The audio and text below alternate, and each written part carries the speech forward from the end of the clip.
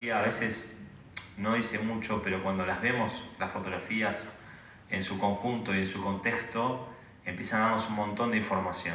En esa relación, yo a veces digo, la fotografía por ahí, cuando la vemos de manera solitaria, digamos, no nos dice tanto, pero cuando la vemos en su conjunto aparece una imagen latente, ¿no? Esa relación entre imagen e imagen genera una imagen latente. Y en esas relaciones es donde surgió gran parte, digamos, de las conclusiones de este trabajo. La verdad que para nosotros es un orgullo estar acá hoy.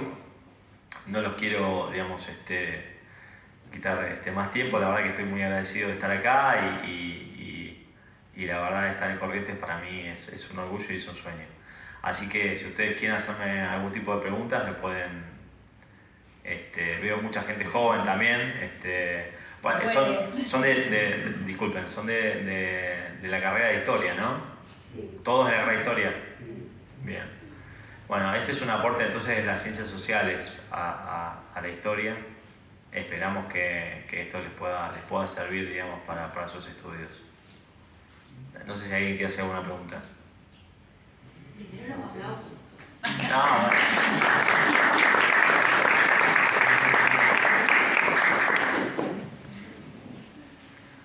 bueno, aquí estamos, vamos, pregunten.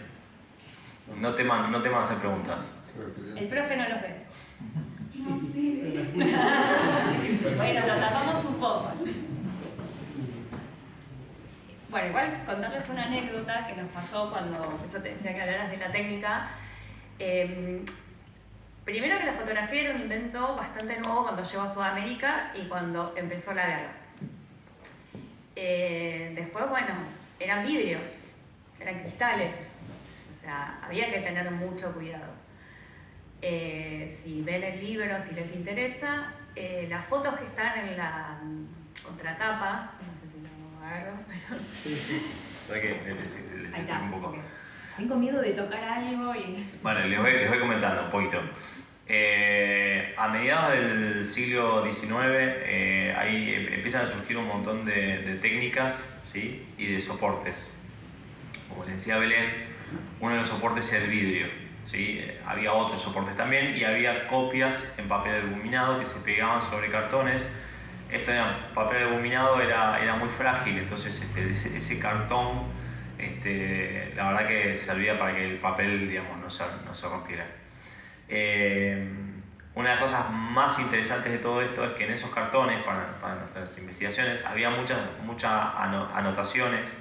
Entonces, a partir de esas anotaciones podíamos encontrar la identidad, digamos, de los protagonistas, digamos, de quienes aparecían en la foto, porque una foto puede describir muy bien a una persona, pero no nos dice quién es. ¿Sí? Si yo les muestro una foto mía, pero ustedes no me conocen, qué sé yo, van a decir, y bueno, es un gordo, pelado, qué sé yo, medio que se deja la barba, pero la verdad que no van a saber ni cómo me llamo, ni quién soy. Así que bueno, la fotografía describe muy bien, pero digamos, ese es un gran obstáculo, digamos, que tenemos al hacer esta investigación, es quién es el personaje que está en la foto, digamos, porque muchos archivos estaban mal catalogados también, entonces teníamos que ir buscando, digamos, entre archivo y archivo las fotografías. Otra de las cosas que también nos pasó con Belén es que los fotógrafos de la época se copiaban mucho. Eso fue un gran problema. No había copyright. Entonces, claro, no había derechos de autor. Entonces, muchas veces no sabíamos bien a quién pertenecía la obra, digamos, ¿no? Porque en muchos archivos aparece, ¿no? Que de repente en un museo dice que el autor de esa fotografía fue un fotógrafo y en otro museo dice que no, fue otro fotógrafo. Bueno, sucede que pasaba mucho eso, que los fotógrafos se copiaban entre sí. Y una de las cosas más interesantes es que Bate, quien mandó a sus fotógrafos al frente de batalla, justamente viendo que sus colegas le copiaban las imágenes, solicitó al gobierno uruguayo una especie de derecho de autoría para que no les copien las imágenes, porque además imagínense que enviar fotógrafos al frente es costoso. Así que él quería tener las ganancias, digamos, de esa empresa. Así que, bueno, eso también es novedoso para la época, ¿no? Que un fotógrafo pida una especie de derecho de autor sobre la obra, digamos, para cuidar su obra. No sé qué querías comentar vos, Belén. En realidad era como para cerrar, pero muy bueno el aporte. Porque bueno, podemos hablar horas del libro, pero no los vamos a entretener tanto. Somos comunicólogos. Sí, Tengo dos preguntas, Roberto. Sí. Bueno. Dale. Obviamente no conozco el libro, pero no sé si se me escucha. Sí, se te escucha perfecto, dale.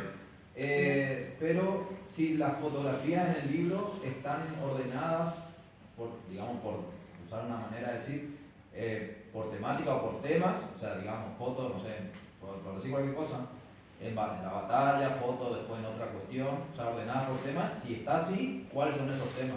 Esa es la primera pregunta. Bien, buena pregunta. Buena pregunta. ¿Querés que haga la segunda pregunta? Mirá, te voy a contar una cosa. Cuando hicimos la investigación, recurrimos a algo que se llama montaje.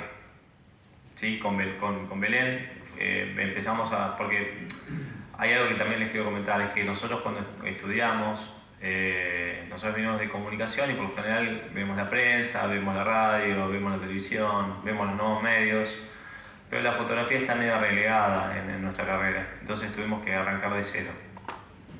Entonces estuvimos investigando muchísima bibliografía justamente para pensar cómo abordar todo ese conjunto de fotografías, digamos, que estaban ahí a nuestra disposición. Entonces, una de las cosas que hicimos fue analizar la fotografía por campañas, tratando de ubicar espacial y temporalmente las fotografías, por lo menos, digamos, qué rol jugaban en determinadas campañas de la guerra. Fue una guerra muy larga, más de 5 años, digamos, con lo cual encontramos las distintas campañas y tratamos de ver cómo funcionaran en cada campaña en particular. Pero además también hicimos una comparación, por ejemplo hicimos un análisis de lo que eran los retratos y eso también, digamos, nos sirvió muchísimo. Hicimos lo que podríamos decir que fue una especie de reconstrucción diacrónica de la guerra o histórica, si querés, a lo largo del tiempo, y una reconstrucción sincrónica o comparativa, ¿no? Entonces agarramos los retratos y los comparábamos. Y básicamente eso es lo que hay en el... Obviamente también contamos un poquito de la técnica, contamos cómo llegó la fotografía a nuestro continente, contamos las guerras previas, como te contaba hace un ratito, que también es importante entenderlo porque, digamos, la guerra de la Triple Alianza, si bien es una guerra que en los foros internacionales de fotografía bélica se la desconoce totalmente, no se tiene ningún tipo de conocimiento. Mira, yo me sumé a unos grupos de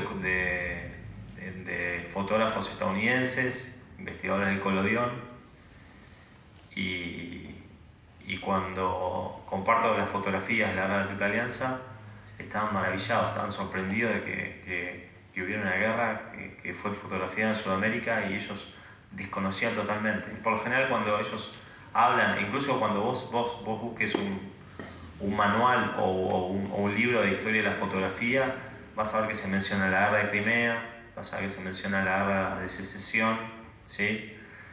Vas a ver que se mencionan otras guerras europeas, pero la guerra de la Triple Alianza no está ni mencionada en esos libros.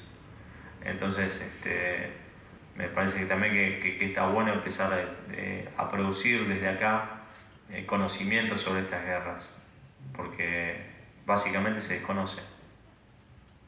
No sé si contesté tu pregunta. Sí. Luego observar el libro nomás para... Sí, el libro. Para ver. Y bueno, y la segunda pregunta que te quería hacer... Decime. Es no sé si es por una fotografía o un conjunto de fotografías, ustedes obtuvieron conclusiones históricas, digamos, o ustedes originales, o por lo menos de esa fotografía relacionarlas con otras bibliografías históricas, digamos. O sea... Sí, nosotros nos basamos obviamente en autores, en historiadores, porque digamos, no podemos haber reconstruido el contexto histórico sin invalidar, sin todas las investigaciones históricas. Pero bueno, pero también por eso decía que nosotros no somos historiadores, digamos, nosotros venimos de las ciencias sociales y tratamos de hacer un libro que, si bien se llama Historia, es un libro también que, digamos, es un aporte de las ciencias sociales y no somos historiadores. ¿Sí? Sí, sí, Hoy cuando comenzaste a hablar, Sí. dijiste que no te querías pelear con Con historiador. Sí, pero te cuento una cosa. Era una amiga y me estaba chicaneando. Me estaba chicaneando porque después nos matamos de risa, pero me chicaneó en el medio de la presentación. En la construcción del libro y del contexto histórico, ¿es más subjetivo a los aliados o sea, ¿de qué lado está, digamos, porque me quedó esa curiosidad de por qué te peleaste con la No, porque Paraguay? lo que decimos y... a los aliados. No, lo que decimos es que digamos, ella me chicaneó porque decía, me siento interpelada porque soy historiadora. Y esta crítica, nosotros decimos que la imagen se usa solamente de manera ilustrativa en los textos de historia. Pero yo entiendo también que abordar una imagen es algo bastante complejo. Yo creo que hay cierta facilidad, o por ahí hay más facilidad para agarrar un texto escrito, ¿sí? y volcarlo en un estudio, que para agarrar una fotografía y tratar de sacarle el jugo, tratar de sacar información. Es complejo el tema de la fotografía, yo no lo niego. Yo creo que hay que conocer técnicas, hay que conocer aspectos, otros, digamos, conocimientos que tal vez el historiador, por eso creo que se basa por lo general en documentos escritos, no en documentos visuales. Lo que nosotros tratábamos de hacer era un aporte en realidad. Y bueno, ustedes, como bien había dicho Patricio, acá está condensado lo que era el trabajo nuestro. En nuestra tesis de grado son 210 páginas, de las cuales tuvimos que, en mi caso, a mí me apasiona la historia.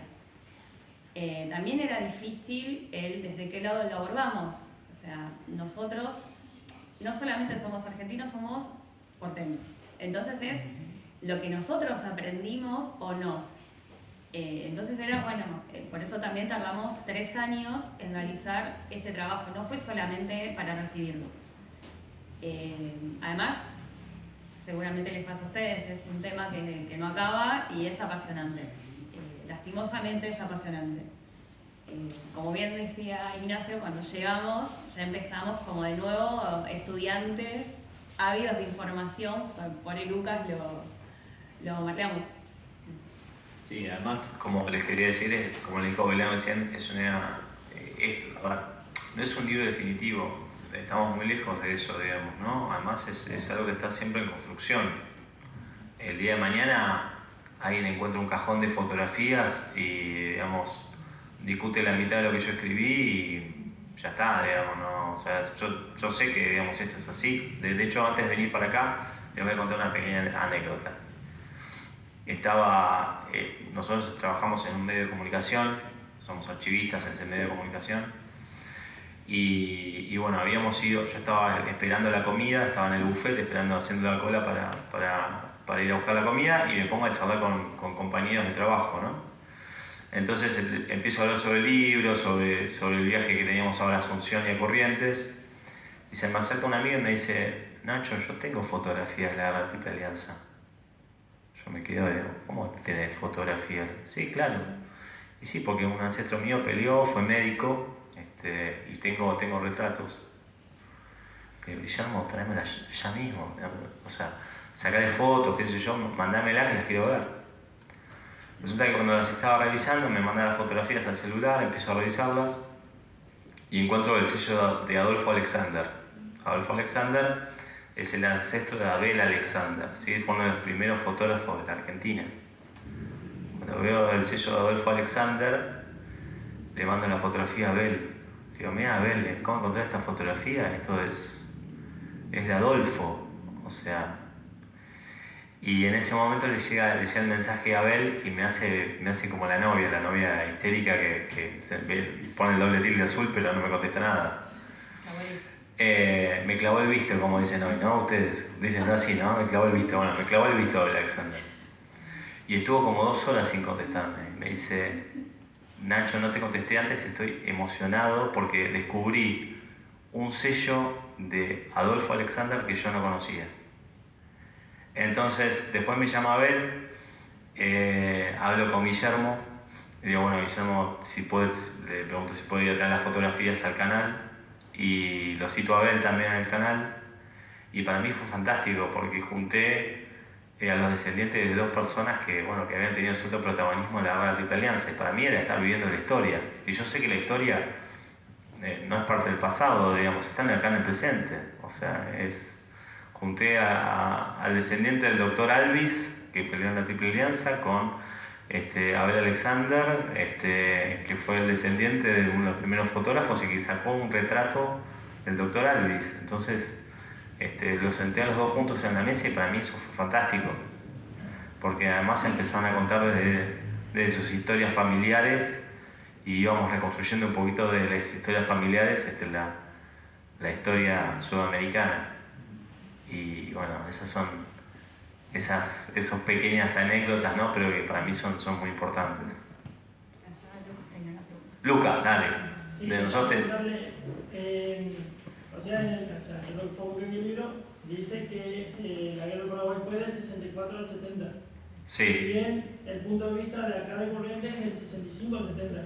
Sí. Acá fue como dijo el director en abril del 65 de la invasión. Sí. Pero está bien también el 64 porque justamente en enero de esa fecha se da la guerra del sur y el bombardeo de Paysandú. Claro. Mi pregunta es, o sea, respondiendo lo que... Inicia un poquito antes también, ¿sabes qué? La campaña del Mato Grosso, en el 64. Claro, el Mato Grosso y el bombardeo de Paysandú. Sí. Que después se da Corrientes con el permiso de Solano López y todo lo que se Sí. La pregunta es cómo ustedes llegan a la guerra del Paraguay. He sabido que hasta acá en Corrientes no se habla de la guerra del Paraguay. Nosotros tenemos la suerte en el Instituto del Profesorado sí hablar de la guerra, pero en su mayoría no se habla. ¿Cómo ustedes llegan?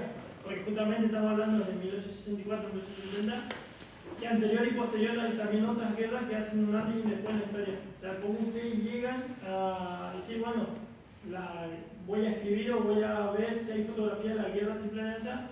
Porque yo conozco a dos fotógrafos uruguayos y a quien yo escribí de él, Cándido López. Eso no es fotógrafo, o sea, yo digo corresponsal de guerra, pero en realidad es un pintor. O sea, ¿cómo ustedes llegan a esa guerra del Paraguay? Bueno, te voy a contar un poquito. Llegamos desde muchos lados. De hecho, yo sigo estudiando otra carrera y la guerra de la Triple Alianza, aunque vos no lo creas, me sigue convocando. Yo estoy estudiando Derecho y hace poquito me invitaron del Parlasur porque presentaron el informe de los crímenes de guerra y bueno, me convoca desde la historia, desde la comunicación o desde las ciencias sociales y ahora también me convoca del Derecho. Mira, hay cuestiones personales y hay cuestiones de conjunto, digamos, ¿no? Cuestiones personales, bueno, yo fui al ILSE, el ILSE tiene también una historia, digamos, con Bartolomé Mitre, digamos, yo tengo una excelente relación con mi profesor de historia, de hecho estuvo en la presentación de la Feria del Libro de Buenos Aires, María José, a quien yo adoro y ella cada tanto me escribe para tirarme de las orejas.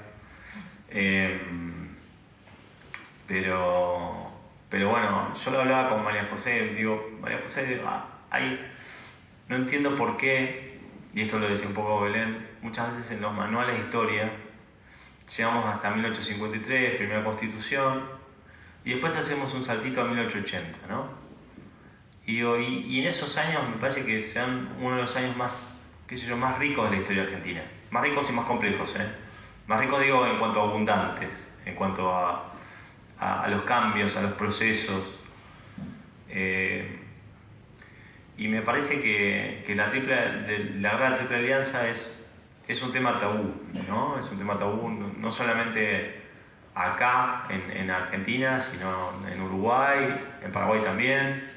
Digamos, en Paraguay nosotros recién fuimos y nos encontramos también que para los paraguayos es un tema desconocido, ¿no? O sea, si bien lo vivieron en carne propia también, porque bueno, lo han sufrido después con la contraofensiva, también es un tema que desconocen. Y la verdad que cuando empezamos a hacer la investigación, bueno, personalmente yo había hecho un seminario de documentalismo fotográfico con Julio Menajowski, que fue el presidente de AGRA. Y yo había hecho una especie de trabajo sobre lo que había sido la fotografía bélica. Entonces se lo presenté a Julio como trabajo final, y Julio me dijo, bueno, Nacho, esto es un trabajo buenísimo, la verdad que lo tenés que hacer para tu tesis. Después, cuando llegó el momento de la tesis, lo llamé a Julio y estaba ocupado, así que bueno, no la hizo él. Pero después, charlando con Cora Gamarní, que fue nuestra tutora, que realmente, bueno, amamos porque, sí, además de nuestra tutora, fue todo. Hoy en día es como nuestra tía. Compartimos con ella un montón de momentos, incluso íbamos a la casa, engordamos también en la casa de ella.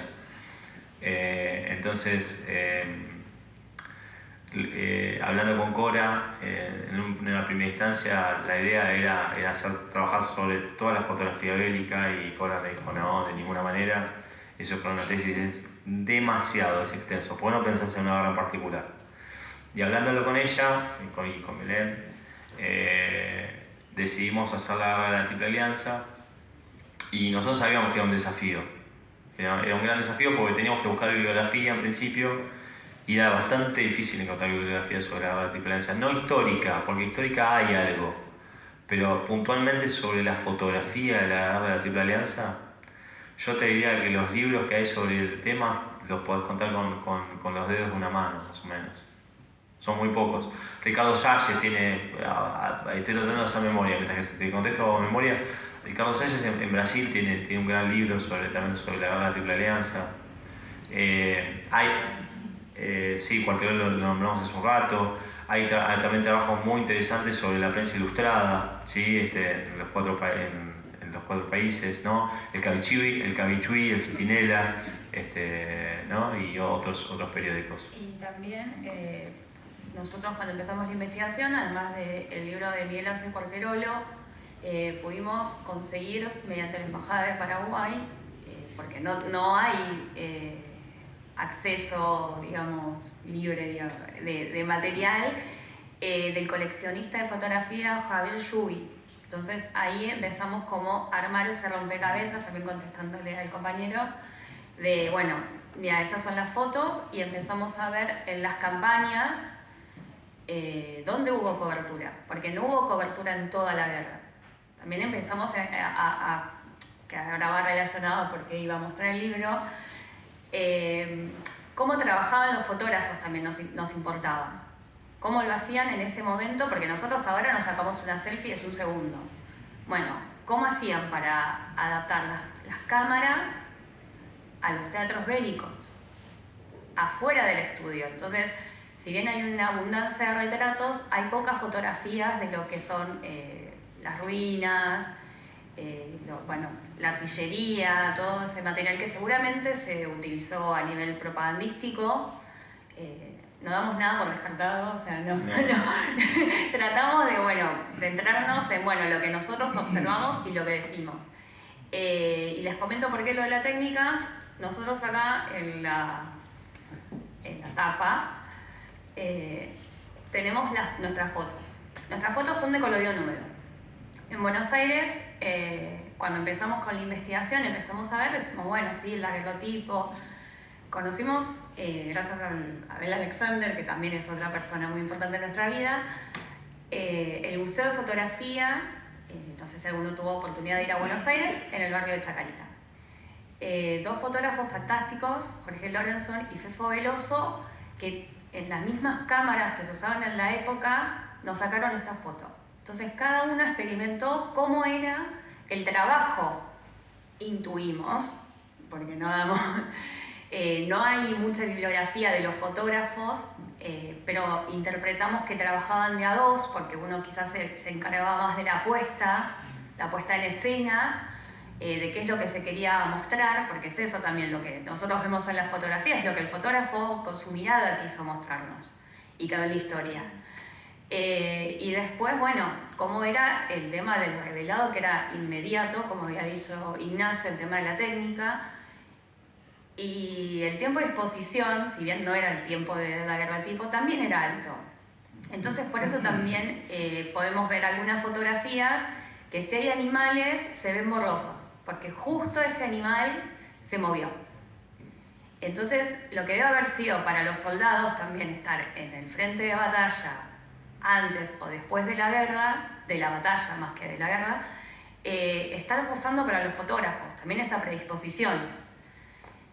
Y bueno, volviendo a la pregunta, nosotros tratamos de como unir lo que era la historia con la fotografía, si bien en la tesis es más desarrollada, con un lenguaje más técnico, en el libro tratamos de condensarlo y que sea como una lectura que aporte, y no los queremos cansar más, pero bueno, es un tema que podemos hablar horas y venimos hablando días, así que, y años. No sé si alguien tiene alguna otra pregunta. Perdón. Sí, básicamente cuando fuimos al Museo de Historia de la Fotografía, el Museo CIMIC de Chacarita, tuvimos esa experiencia con los fotógrafos que seguían sacando con colodión húmedo, y obviamente lo que nosotros notamos es que más allá de que la fotografía a veces lleva el nombre de un autor, ¿sí? Como en el caso de las fotografías de Bates llevan el nombre de Javier López, la realidad es que Javier López no las podría haber sacado él solo, porque los vimos trabajar a los fotógrafos y nos dimos cuenta que ningún fotógrafo trabajaba en esa época, ningún fotógrafo trabajaba solo, trabajaba con equipos, y además trabajaba con un equipo, digamos, de personas. Entonces, básicamente, por más de que la fotografía lleve el nombre de una persona, digamos, es un trabajo en equipo, en conjunto. Sí. El Museo de la Fotografía que está por La Croce y Forest. Exactamente. Muy Yo bien. viví ahí en La Croce y Martínez. Y otra cosa, cuando ustedes dijeron acá al principio, ¿no? La guerra de la triple infamia, a los que somos de este lado del río nos duele un poquito esas cosas, pero porque para nosotros fue la guerra de la Triple Alianza. Y fue un tema bastante serio, ¿no? En el libro no decimos infamia, ¿eh? Ah, bueno. En el libro en ningún momento decimos infamia. Además veo de que lo de ustedes fue objetivo, se fueron a todos lados, buscaron. Y también me sorprendió el hecho de la fotografía, porque la fotografía más antigua acá de la Argentina era casualmente acá de la Basílica de Idatí, de 1880 por ahí. No sabía que había antes de fotografía. Me sorprendió sinceramente que había fotografía de la guerra. Mira, la fotografía llega a Sudamérica muy pronto. ¿Sí? El daguerrotipo es de la década de 1830. ¿Sí? En verdad antes hubo otro inventor que se llamaba Ipse, que fue socio de Daguerre, que quedó un poquito oculto en la historia de la fotografía, pero bueno, yo quiero rescatarlo a Ipse también porque para mí fue el verdadero inventor de la fotografía, pero bueno, Daguerre se quedó con los laureles. Y la fotografía acá llega en 1839 a Montevideo y en 1841 al puerto de Buenos Aires. ¿Sí? Y vos fijate que 1841 y estamos hablando que ya en el 64, ¿sí? O sea, tenemos ya digamos, tenemos la guerra de la Triple Alianza, pero llega, bueno, los primeros daguerrotipos, Francia financia un barco para que traiga alimento hacia América, Claro. ¿sí? Creo que el barco se llamaba el Oriental Hydrographique.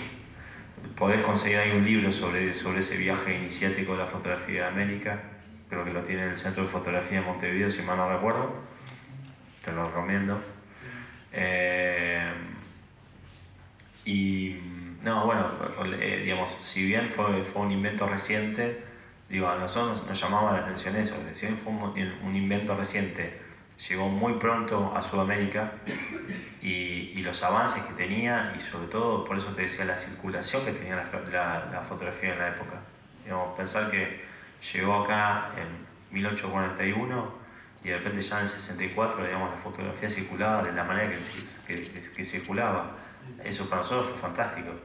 Y esa relación que tenía la fotografía con el resto de los lenguajes, digamos, porque también veíamos la circulación en eso, los encontramos en otros lenguajes, en otros medios.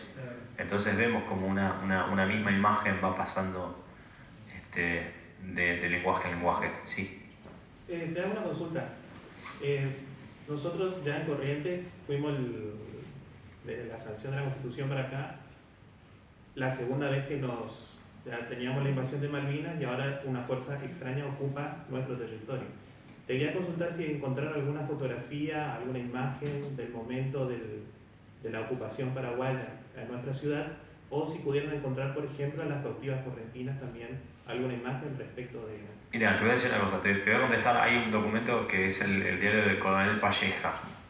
¿Sí? Viste que nosotros hablamos en un momento del tratamiento de la muerte y decíamos el montón de cadáveres y el coronel Palleja. Bueno, el coronel Palleja escribía crónicas que después eran publicadas en un diario, y en una de esas crónicas decía, hablaba justamente de la campaña, digamos, de Corrientes, y decía: ¿por qué habiendo tantos fotógrafos en Montevideo y en Buenos Aires ninguno acompañó el ejército aliado? Ahí creo que hay un testimonio, digamos, que digamos, se cuestiona eso. ¿Por qué habiendo tantos fotógrafos ninguno fue al frente en aquella época? Recién los fotógrafos llegan al frente en 1866. Un año después de esa publicación. Exactamente. Y bueno, justamente después de que Coronel Palleja escribiera eso, porque no había fotógrafos, bueno, él se convirtió, digamos, en parte de la historia cuando los fotógrafos registraron su propia muerte, digamos, ¿no? Entonces, pero hasta ese momento, digamos, los documentos escritos dicen que no había fotógrafos en el frente. Igualmente también es muy complejo también el tema, porque parece que los campamentos tampoco registraban a los fotógrafos que visitaban posteriormente, que visitaban los campamentos, así que no creo que haya documentos escritos sobre la visita de los fotógrafos a los campamentos. Pero que yo sepa, ojo, como te dije hace un ratito, por ahí dentro de una semana descubren un cajón lleno de fotografías de la campaña de Corrientes, y lo que yo te estoy diciendo en este momento no tiene ningún valor, pero que yo sepa no hubo ningún fotógrafo en la campaña de Corrientes. Claro, más que nada también entendamos el contexto de la época, que era más lo que hablaba Ignacio de la circulación, que era algo más bien privado. Quizás algún ancestro haya participado y nosotros no tenemos esa información. Por eso también es algo de que, bueno, esto de que buscamos en los 4 países fotógrafos, material. Lo único que, bueno, encontramos esta campaña, esta empresa, Bates Company y compañía, en Montevideo, porque hay un documento escrito que le pide participar sacando fotografías, haciéndose cargo de tanto económico como de su persona, la cobertura de la guerra, pero duró 2 meses, no fue mucho el material, también está la dificultad del territorio, de transportarse, tenían una carpa, los químicos que necesitaban, o sea, todo esto lo fuimos como desarmando con lo que fuimos leyendo. No sé si respondimos un poquito a esa consulta. Igual, nada está acabado, nos encantaría, estamos acá, si alguien quiere. Por ejemplo, vos tenés la batalla de Riachuelo, tenés pinturas, ¿sí? Claro. Pero que yo sepa no hay ninguna fotografía de la batalla de Riachuelo. La verdad que no he visto. La verdad que... Sí, lo que hemos visto son los retratos de los prisioneros paraguayos que terminaron en Porto Alegre. De eso sí hay registro. De eso te puedo decir que sí, hoy en día hay registro de los prisioneros paraguayos que terminaron en Porto Alegre. Pero no vi ninguna ni de Riachuelo, ni tampoco de las cautivas, ni nada. No. Recién Lucas me hablaba de una pintura que estaba en una estancia, ¿no es así, Lucas? Sí, pero digamos, yo fotografías no encontré ninguna. Hasta ahora no encontré ninguna.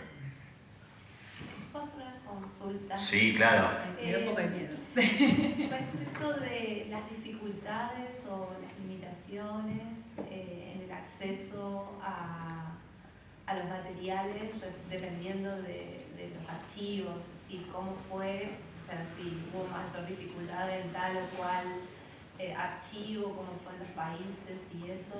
Y luego te hago otra segunda pregunta, un poco para... ¿qué nos pueden decir de los fotógrafos que estaban asentados también acá en Corrientes y que tuvieron alguna que otra participación, como veía también que creo que quedó como una pregunta así como para seguir analizando, como ustedes hablan allí de una especie de fotografía de posguerra donde aparecen varios fotógrafos que quizás no son las fotografías que están analizadas en el libro en sí. Como me parece interesante como una apertura de la investigación. Bueno, a ver, voy a la primera pregunta, que era sobre los reservorios. Cuando empezamos la investigación nos encontramos con que, bueno, nuestro mundo es un mundo muy chico, pero por suerte está lleno de gente amable. La verdad que hablamos con varios museos y reservorios, y la verdad que fueron muy amables y muy gentiles en darnos el material que nosotros necesitábamos para hacer el libro. Y en ese sentido, bueno, fuimos muy cuidadosos en siempre citarlos. Digamos, siempre, digamos, ahí el libro se cita, digamos, de dónde proviene cada material. Y en ese sentido, digamos, es esa devolución de gentileza que nosotros tenemos, digamos, con quien nos dio el material. Por lo general, no hubo muchas dificultades. Sí notamos que en Uruguay funciona muy bien, en Brasil funciona muy bien. En Brasil, bueno, hay limitaciones por ahí, claro, idiomáticas, pero fueron saldadas, así que no hubo ningún problema. Y la verdad que hemos notado mucha colaboración, no solamente de los museos, sino también de otros investigadores. Por ejemplo, nosotros en el camino conocimos a Sebastián Díaz Balde. Sebastián Díaz Balde es un profesor que está en Estados Unidos, pero lo conocemos acá en el Cabildo de Buenos Aires. Bueno, tuvimos un encuentro bastante interesante porque él había estado dando su charla en el Cabildo, estaba hablando con Roberto Amigo y terminó de dar la charla y quería mostrarle el libro y no lo tenía encima y yo lo tenía en la mochila. Así que me acerqué a Sebastián y le dije: yo lo tengo, así que te lo presto. Y desde ahí surgió una especie de amistad, y después él, cuando fue a Estados Unidos, me mandó un montón de documentos que encontraba en Estados Unidos y bueno, siendo él investigador también, tuvo esa gentileza de compartirme un montón de documentos. La verdad que eso es invaluable para mí, porque bueno, lo mismo me pasó con Abel, lo mismo me pasó con muchos otros. No, y también nos pasó ahora cuando fuimos a Asunción. Cuando fuimos a Asunción, nosotros siendo argentinos también teníamos presentar un libro a la Argentina, la verdad que eminencias. Nos ayudaron, nos trataron como pares, y también es eso, el tema interesa tanto que hay colaboración. Lo que sí, ni siquiera es una dificultad, yo creo que también es esto de que, bueno, se habla poco, por lo menos en el colegio en Buenos Aires, de la guerra, y quizás algunas imágenes que nosotros encontrábamos nos decían que estaban catalogados diferentes, pero bueno, eran cosas menores. Después esto, o sea, Brasil quizás, decíamos, uy, con el tema del idioma no se entenderán, ¿no? La verdad, cero problema. Además de esto, que somos archivistas, todo lo que nos indicaban cumplimos todas las reglas, eso sin duda. Siguiendo un poquito con el tema de tu primera pregunta, y también lo que a nosotros nos pasó es que por lo general los museos y las bibliotecas realmente nos dieron, pero bueno, también, viste, gente mala y gente buena hay en todos lados, así que, digamos, hay gente que respondía muy bien y nos daba el material, hay gente que no nos respondía o nos ignoraba, digamos. Eso pasó, digamos, no. Y después devolvíamos la gentileza. Sí, bueno, pero básicamente por lo general descubrimos, gente muy valiosa. Ezequiel Canavero del Museo Histórico Nacional, por ejemplo, es una persona súper generosa. La otra vez lo llamé para pedirle 4 imágenes de Cándido López, porque estaba haciendo un artículo. Le digo: mira, Ezequiel, con 4 imágenes a mí ya está, para mí es suficiente. y me mandó todas las imágenes de Cándido López en alta resolución. Entonces, obviamente eso habla de la generosidad de Ezequiel. Y la verdad es que bueno, nos encontramos con eso. No creo que hayamos tenido muchos problemas con el tema de las imágenes. Realmente creo que cada vez más se está digitalizando, digamos, un montón de documentos, se están compartiendo un montón de documentos. Y lo más importante de todo esto es que se empiezan a cruzar datos. Eso me parece que es lo más importante, porque al digitalizarlos empezamos a cruzar datos y empezamos a ver dónde están esas fotografías, quién las tiene, cómo las tienen catalogadas, y eso creo que es muy importante. Y la segunda pregunta me la vas a tener que repetir porque ya pasé los 40 años y medio como que me olvidé. ¿Fotógrafos asentados en Corrientes? Sí. Porque un poco ustedes, o que tuvieron un paso por Corrientes en su producción. Mira, el tema de los fotógrafos es que por lo general los fotógrafos iban en busca de la rentabilidad. Entonces, cuando se acababa la rentabilidad en una ciudad, se mudaban. Pasa con Bait, por ejemplo, que se maneja entre las dos márgenes del Río de la Plata, buscando esa rentabilidad. Y lo que nosotros sí notamos es que había un circuito, digamos, donde pasaban esos recursos, digamos, un poco lo asociamos con las campañas, y gran parte de los fotógrafos van siguiendo esa campaña porque detrás de la campaña estaba recurso, entonces estaba recurso económico. Acá en Corrientes estaban los hermanos Bernardet, si mal no recuerdo, ¿no? Pedro Bernardet, ¿no? Era uno de los fotógrafos. Yo me acuerdo de Pedro Bernardet, una de las características que tenía es que solía hacer retratos y ponía fondos oscuros para resaltar la figura, digamos, de los soldados. El que hizo una gran investigación, nosotros tomamos en verdad las investigaciones de Abel Alexander, digamos, que habla justamente del aumento de fotógrafos en esta zona. Básicamente, digamos, ese tema lo tomamos de Abel. Así que bueno, básicamente lo que sabemos es por Abel Alexander. Claro, pero no conocíamos muchos fotógrafos exactamente que hayan pasado por Corrientes. Sabemos que pasaron porque siguieron la campaña. Pero básicamente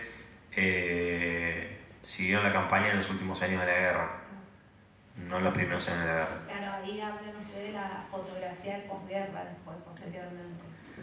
Claro, porque después de la caída de Asunción llegan un montón de fotógrafos a la ciudad de Asunción para documentar justamente esa caída.